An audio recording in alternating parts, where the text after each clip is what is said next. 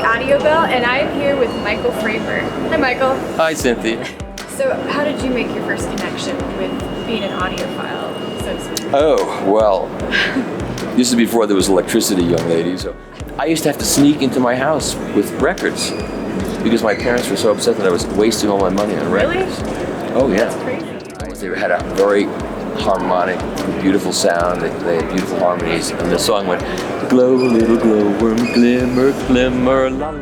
So how many records do you have now? About 16,000. And you're still collecting? Probably more than 16,000. I've heard of vinyl being referred to as imperfect perfection and CDs as perfect imperfection. No, they're both imperfect, and they're imperfect in different ways. From the tape. Oh my goodness. I would like to invite you over to watch us do that. Would you like to come? Yes, I'll be there. Well, we'll pay you a way to come. Even if you grew up in Alabama and you talk like that, as soon as you go to Florida, you talk like that. That's what happens. Hey, you're not retired yet? Come on down to Florida. It's great.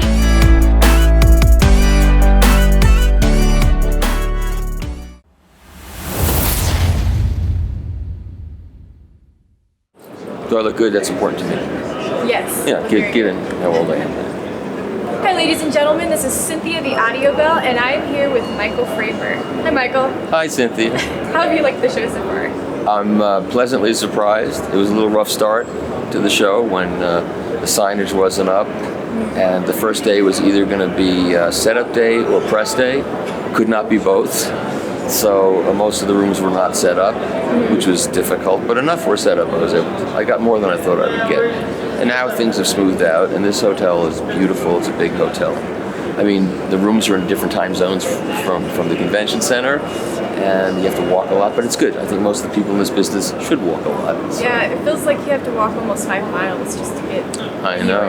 It's crazy. But the rooms sound good, too, for hotel rooms, They do. Like the PS Audio room where you were doing that presentation, it sounded amazing, and I really liked the presentation you did where you compared different vinyl Oh, records. thank you. I love doing that. Different labels to see the difference. Yeah. People enjoy that. So I have some analog-related questions for you. Sure. First of all, you live on a planet, and it's called Analog Planet. That's right. So what's it like living on a celestial land where there's only analog? Well, that's not really true. I have digital too, but when I started at Stereophile and the editor said, what do you want to do? I said, I want to write about records and vinyl. He said, well, you're going to write yourself out of a career because records, in 3 or 4 years, they're going to be gone. And I said, well, I'm not going to spend my life reviewing hi-fi equipment on CDs because I don't find CDs to be high enough quality for me to evaluate hi-fi equipment. So in 3 or 4 years, I'll just quit. That's what will happen. So let me do my analog thing. He said, okay. Yeah. So then it became pretty much the most popular thing in the magazine pretty quickly. And it seems like it's having a resurgence too. Well, now it's huge. I mean, you have to come to a show 15 years ago when there were no turntables at shows at all, or one, and no records, and it was all CDs. And now it's all streaming and records. And I've got a very good digital system. It's not like I don't play that, but I'm known for my vinyl advocacy and for playing records, and so that's what my website's devoted to. Do you have streaming in your system? Yeah, I've got a DCS Vivaldi 1. It's not shabby, and I use a room nucleus, and I've got about 7,000 high-resolution files and CDs ripped to it. So, and it's very useful for reviewing. So you like it? I like high-resolution audio. It's so much better than CD resolution. So, when things dump down to MP3 and all these people are saying it sounds just as good as CDs, they've proven it with double-blind tests. You see, what they do is they find these 12-year-old girls who know nothing, and they bring them into a studio, and they go, A, B, A, B, A, B, C, D, everything, C, D, Yeah. Can you hear a difference? No. Okay, it's perfect. That's what they did, essentially. It's absurd. And so then it became MP3s were good enough. So it kept getting dumbed down. And then when high-resolution audio came out, it's a scam. You can't hear the difference. Of course you can hear the difference. Everybody can hear the difference. I always thought that CDs were better than streaming, but I have not really listened to a good streaming system. No, high-resolution streaming is way better than CDs. So what type of files do you recommend, like DSD or PCM? I'm agnostic about that. They're both good. I mostly use PCM. It's weird to hear you talking about streaming when I know your background in analog. Yeah, but you have to live in the. I live in the real world, Yeah. the modern world, and there's nothing better to find new music than to stream it, rather than spending $30 on a record and then not like it. Yeah, that's true. So you get to find out whether you like it. exactly, it's great. This is the best of all worlds right now. We're in a, it was really bad for a while when you couldn't get records, and everything was CD resolution and bad CD sound because they didn't really know what they were doing, and they were trying to get rid of the noise. Like it was, oh my God, there's noise, we're going to get rid of it. So all the high frequencies were tamped down, and they did all kinds of things to it to make it sound better, and it made it sound worse. It was a very bad period of time. Sometimes they lift the gain. Yeah, and they still do that in CDs. They still compress them because they think that's what the kids want, and maybe they do, but the vinyl is not compressed. It's ironic. Everything's topsy-turvy. But this is the best of times right now. You can get vinyl, you can get, you want CDs, you can get them. You can stream high resolution, you can even get reel-to-reel tape. It's incredible. So do you think that streaming is going to bring kids into high-end audio? It's Or a young what? people? Do you think streaming will bring young people into high-end audio? No, I think vinyl. I think vinyl is vinyl and headphones. Vinyl's the gateway drug. Vinyl and headphones. That's how I find people to write for me, or I get emails all the time from young people. I'm in high school. I see your website. I really like your YouTube channel. You're funny. I want to get a turntable. Blah blah. And when they get the turntable, they're never disappointed. It's never like, why did I do that for? No, they all like it. Yeah, I think that's cool that young people are starting to get into vinyl, and we're seeing a resurgence of them in record stores. And you know what else? They understand the aspect of physicality. That all this stuff is streaming by and floating by, and they're left with nothing. They want something tangible. And it's a connection to the artist they like. When the artist says, hey, I put out this record, it allows me to make some money. And also I've taken 12 songs and put them on this record. I've sequenced them in a certain way. I want you to listen to it, and there's pictures inside, and there's whatever. It's a connection, and everybody needs connections. So how did you make your first connection with being an audiophile, so to speak? Oh, well, this is before there was electricity, young lady. So I it's funny. What happened was, when I was a little kid, my parents had a record player, like a console record player, and it was 78s. You know what those are? Yeah. Okay, so 78s. And I was fascinated by the needle hitting the thing itself was fascinating. And they would play these records, and I would look at them, and I knew who the musicians were, even if it was like three singles on Columbia Records that all looked the same. I knew which was which artist because I saw little scratches in the label or whatever. And so they would trot me down when I was like 3 or 4 years old, when their friends were over, and they would show me up and say, "Oh, Michael, show whoever, which is Arthur Godfrey, which is Julius LaRosa, which is Rosemary Clooney," and I would pick, that's that. And then, oh, how cute, he knows. My brain is being programmed to love records. So it was only a matter of time before I became a record fanatic. And then that's why that sound at the beginning of my YouTube, don't sneak into your room like that. I know what you got behind your back. Records, mono records. I used to have to sneak into my house with records because my parents were so upset that I was wasting all my money on records. Really? Oh yeah. That's crazy. No, my father actually broke a record over my head when I was in college. A modern jazz quartet record. It wasn't even like rock and roll. He broke it over my head because I was playing music. I didn't hear him, and he was calling me from the other room. This was a very angry man, but anyway. Yeah. So I just got into it at a very young age, and when singles came out, 45s, I started buying 45s, and it was such great music to buy at that point in time. Buddy Holly and the Coasters and Elvis, and the radio had great music on it. So did you keep all of your records since? I have the first album. I don't have any 78s that I bought originally. The first record I ever owned was called The Glowworm by the Mills Brothers, which I'm sure you don't know. I haven't heard of it, no. No, you can probably stream it now, and and they were these black guys. They had a very harmonic, beautiful sound. They had beautiful harmonies, and the song went, "Glow, little glowworm, glimmer, glimmer, la la la la la la la la la la la la la la." Well, I was 3 years old. It was just exactly what you wanted to hear. Yeah. But of course, it was a song that appealed to in the 50s to people that were 30 and 40 years old, which is sad. But it was a piece of pop And then the next single I got, the first single I got actually on a 45 was "Mac the Knife" by Bobby Darin, which is a very dark song. So I went from the Glowworm to "Mac the Knife." Yes, I've heard it. Yeah. It is a really dark song. Yeah, that was the first single I owned, and then first 45, and then the first album I ever bought was the Kingston Trio at Large, and I still have that. I have both of those records. Yeah. So how many records do you have now? About 16,000. And you still collecting? Probably more than 16,000. And what? Are you still collecting? Of course. And I get sent a lot. Now there was a time when there was no vinyl. I remember in 1991, I guess it was, when Nirvana's Nevermind came out, and Geffen Records sent me the vinyl to review. I still have that record, and it's probably collectible at this point since the first Nirvana. I have the press kit in it and everything. But the fact that there was a record out at that point in time was amazing. That's how bad it was. So, I got rid of some records, and I'll tell you the biggest regret that I got rid of was there was an album called Songs, Stories, and Pictures of the Beatles. And it was the Beatles album on VJ that came in this brown jacket. But they did a special version of it for kiddies with a fold-open front. And it said Songs, Stories, and Pictures of the Beatles with these corny cartoons of the Beatles. It was aimed at like 8-year-olds. And on the back, there were these pictures that said, Paul loves paste your picture here. John loves paste your picture here. Ringo says paste your picture here. And it was so corny. And I remember where I bought this record, down where the World Trade Center was. And I bought it in stereo, VJS 1092. I bought a stereo copy of it, and I kept it. I went to college, and I said to myself, I'm a college boy now. I can't have a record in my collection that has Paul loves paste your picture here. I'm not pasting my picture next to Paul loves Michael. I don't think I want that. Yeah. So I sold it for $1 at a record swap at the Student Union in Cornell.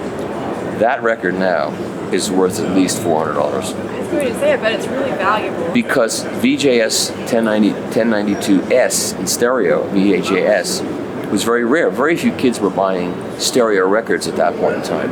And that record didn't come out in stereo with too many pressings. And I had one and I got rid of it. So that was a lesson, never get rid of any of your records. I still get rid of records. I have to. I'm still collecting them. I collect 78s, 45s, 33s. Wow. Yeah. So I've just been collecting them and not getting rid of them. I inherited my mom's collection when she passed away. It's special though, isn't it?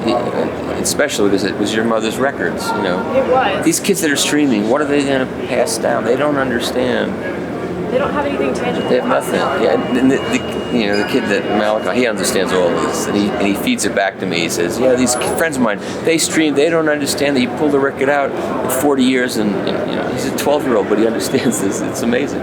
Yeah. You pull out a record that you've had for 40 years, that you've packed up and traveled around the country with, and you take it out, and it has a certain smell to it, has a certain look to it, and you take it out of the sleeve, and all these memories come flooding back. You cannot pay for that. No money can bring that to you except having it. And so, I tell that to kids, and they don't get it now maybe, but if the ones that get it are smart enough, they'll realize that what are you going to have in 40 years? All this music is just going to slide by. Everything will slide by. You want to have pictures. It'll all be on a hard disk, and then the hard disk won't play anymore, and then you'll have nothing. It's either out on the internet or on your computer, and it's not actually there. That's right. It's not real. That's right. But I feel like when I'm listening to vinyl, it sounds real. That's right. It sounds the most realistic to me. I agree. There's something about it. And don't ask me what it is, because the people that are the measurement freaks, the cynics, they go, well, I've measured vinyl, and it's really bogus if you measure it compared to... I listen to music. I don't measure it. If I measure a record, it's 12 inches across. No, I listen to it. For whatever reason or reasons, when the cutter head is cutting a groove, it's doing a performance of some kind. And when you play it back, it's recreating the performance. Don't ask me The what... actual frequencies etched onto vinyl records. It's wider than on a CD. There's no doubt. I know that, so when I was at work, I was talking about how vinyl was superior to digital. And I had this coworker that sent me a link for different measurements saying, it's not because of this, this, and this. And I'm like, we're not looking at this on an engineering perspective. That's right. We're looking at it on a listening perspective. That's right. It's art and it's perceptive. It's perception. And it's true. And you can't argue with these people because they're hopeless. They don't listen. They just measure. And what the measurements tell them is what they think. And you know what? As human beings, our measurements, our brain, is 1,000. It's like what robots that we have now are really good. You know, the robots can do all these things, but they're still robots, and they're not quite human. And so our senses are way more sophisticated than any measurement that you can do. The measurements are all coarse. And then they go, yes, but you know, there's you can be fooled so easily. It's so easy. Our perceptions are so easily fooled. And unless you do a double blind test, you can't know. You know, you have confirmation bias and blah blah blah. I said, all that is true, but we wouldn't have survived all these years, millions of years, if we couldn't make split decisions based upon what our perceptions are telling us. We didn't do double blind tests and, back when we were cave and saying, is the tiger over there or is the tiger over there? I don't really know. I better stop and do a double blind test because my confirmational bias may be telling me that the tiger is over there when it's really over there. No, you just get the hell out and run over there because you heard it over there. The measurement's telling me it's right here. Right. And guess what? When your brain tells you it's over there, usually it is, and you get the hell out of there. Yeah. Yeah, I don't understand that. I feel sorry for those people because they don't trust their own senses. They don't really take the time either to listen to the music and enjoy it. No, because when they do, they usually hear it. And if they want to be confirmed into not liking it, they go, oh, I heard a pop over there. You hear that pop? I don't have that pop in my CD. I said, well, then you better not go see live music, especially classical, because you sit in a classical concert hall. There are old people mostly there, and they're going, and they're coughing, and they're choking, and they're having strokes and whatever else. But you know what? When you're in the concert hall and all that's happening, your brain filters it out because what's happening on that stage is so compelling that you don't hear any of that. Or even rustling in the seats or papers, you don't hear any of that. What you might hear is if a guy's tapping with his cane to the music, you might hear that, hey, stop that. So if there's a scratch on a record every revolution, I can't put up with that either. Yeah. But an occasional popular clip, the brain easily filters that out because what's coming out of the speakers musically is so compelling. And the live music is realistic, and when you hear those different sounds and distractions and your brain filters it out, and when your brain listens to something political, then it's going to notice the difference. Yeah. You can scream about that all day till you're blue, which I did for years, in the days when it was all CDs and people made fun of me. So I didn't care they were making fun of me. I knew I was right about this. And did I know that vinyl was going to make the comeback that it made? No, but I hoped it would. But I just kept saying what I believed, and people would come over. Like one night, I moved into my house, my new house I moved into in 1999, and the neighbor across the street invited us over for a party. So we went over, and he had asked me what I do for a living, and I told him this is 1999, I write about stereo and blah, blah. So we're sitting in a hot tub with his friends, and he says, hey, this guy, he thinks vinyl records sound better than CDs. And they'll go, oh, right, blah, blah, blah. I said, you don't think so? I'll tell you what, get out of the hot tub, dry off, and come across the street, and I'll show you. They go, okay. So they all got dressed, came down, and at that point I had the earliest DCS stack, a Scarlatti, whichever was the earliest Super Audio CD stack. And the whole Rolling Stones catalog had just come out on Super Audio CDs. And I said to them, they looked at my stereo, they'd never seen big speakers, they'd never seen anything like that. I said, this is among the best CD players you can buy. It costs $20,000 or whatever that costs. What? I said, yeah. And the Rolling Stones catalog has just come out on Super Audio CDs. This is better than CDs. And they said, how can it be better than a CD? The CD is like perfect. I said, okay. So I said, I'm going to play you Aftermath by the Rolling Stones, because they were Rolling Stones fans. I'll play you Aftermath on Super Audio CD. So I put it on and I played it, and they were like, oh my God, it's like, I've never heard anything like this. They never heard a really good stereo. That's incredible. Wow. Okay. I said, now this is my original British pressing of Aftermath. I bought this in 1967. I've been playing it since 1967. I'm going to play the same song for you on this record. Put it on the turntable. And within a minute, the guy went, oh my God, I get it. Stop, I get it. It's like, now, it's like Mick Jagger is right. He's right there. He's standing in the middle of the room. I can see him in the middle of the room. And I can hear Charlie Watts right behind him. And everybody, and Bill, I hear it. I've never heard anything like that. It's amazing. I mean, the S40 CD was good. I've never heard anything like that either, but this is much better. I get it. Okay, you win. But I don't want to go to the expense of getting all these records. That's not the argument. The argument is which sounds better. Yeah. Because, okay, you're right. So why do you think they sound better if they don't measure well, so to speak? I don't know. Part of it's that you're not chopping it up into little pieces. Yeah, not compressing You don't have filter. There's not a brick wall filter. I don't know. I don't care. People say, well, you like records because it's euphonic colorations, and there's second order harmonic distortion that's pleasing to the ears, but it's not there. I said all recordings are baloney. You cannot take a symphony orchestra and stuff it down 3 microphones. It doesn't happen that way. You can't do that. You can use art to create something that sounds real. You can try that. So what do? They put it through microphones. They add a 2 microphone preamp. They add distortion. They play with it. They do something. They add art to the science to give it a sound that the mastering engineer or the recording engineer likes how it sounds. That's what's done. So let's say they put that out on a CD and it has a certain sound, doesn't sound good to you. Yeah. And the record comes out and your personal system has a tube in it, or it's got a cartridge that you like, or it does certain things, and you like that better. That's better then for you. Oh, it's not accurate. Accurate to what? The guy in the mastering suite is accurate to what? To what he likes.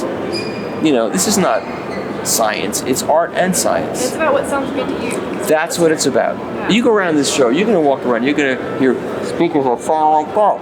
And there'll be people that say, these speakers are fantastic. They sound good. They don't think it sounds like this, but to me it sounds like that. But I don't argue with them, and I don't think they're stupid, and I don't, we all hear differently. So. That's true. So what do you think about 180 gram vinyl versus regular vinyl versus 200 gram vinyl? Well, thickness? Just because it's 180 gram vinyl doesn't mean it's better. There's so many fantastic records that were pressed on 120 gram vinyl. But if it's a 120 versus a 180 of the same mastering, usually it sounds better at 180. So why is that? Because when the stylus is sitting in the groove, first of all, you're tracking it, let's say, 1.5 grams, but in terms of pounds per square inch, it's an enormous amount of pressure. The 2 grams is sitting in a tiny stylus that you can't even barely see. But in terms of pounds per square inch, it's enormous. And so that stylus running through the groove is creating a tremendous amount of energy, vibrational energy, because the stylus is being vibrated by the music in the grooves. So that energy is radiating out through the record, because the record's been cut. A piece of vinyl, if it wasn't cut, would be fairly sturdy. But you've cut a lot of stuff out of that record, so there are grooves on both sides, and it's a pretty lively thing. And so those vibrations are going out and reflecting back and forth and back and forth. So the heavier the vinyl, the more it's able to damp that vibration from feeding back. And that's why a mat makes a difference and a clamp makes a difference. Someone says, well, do clamps really make a difference, or what record weights? Well, you don't even have to answer that question. If you know what's going on in that groove, of course it's going to make a difference. It's going to change the way that whole record is vibrating. I know there's some that have the notion of getting a clamp, and then others who have the notion of having it float almost on the platter, like the cork mats that have little circles that make it float instead. What do you think about that's that? just tuning the vibration. That's just tuning the resonance. And if you like that, again, like I'm saying, whatever you want. If you're tuning the resonance, if you like that tuning, then enjoy it. I'd rather have the record totally flat. I use a vacuum system. I want the record as flat as possible against the platter. So that's not what I'm hearing. I want to be only hearing what's coming off the record to the cartridge and all the way through. And you could say, well, that's hypocritical since everything you like is still vibrating and it's all fake and whatever. I don't care. I want the fewer things that are variables, the better. I think the ring mat thing, it's better for an inexpensive turntable. It can have its advantages because for whatever reason. Yeah. But once you get up beyond a certain point, I want to have as inert a system as possible to get as much of that vibrational energy out of that groove and vinyl interface and into the electrical generating part of the system, and then into the rest of it, and then into the speakers. That makes sense.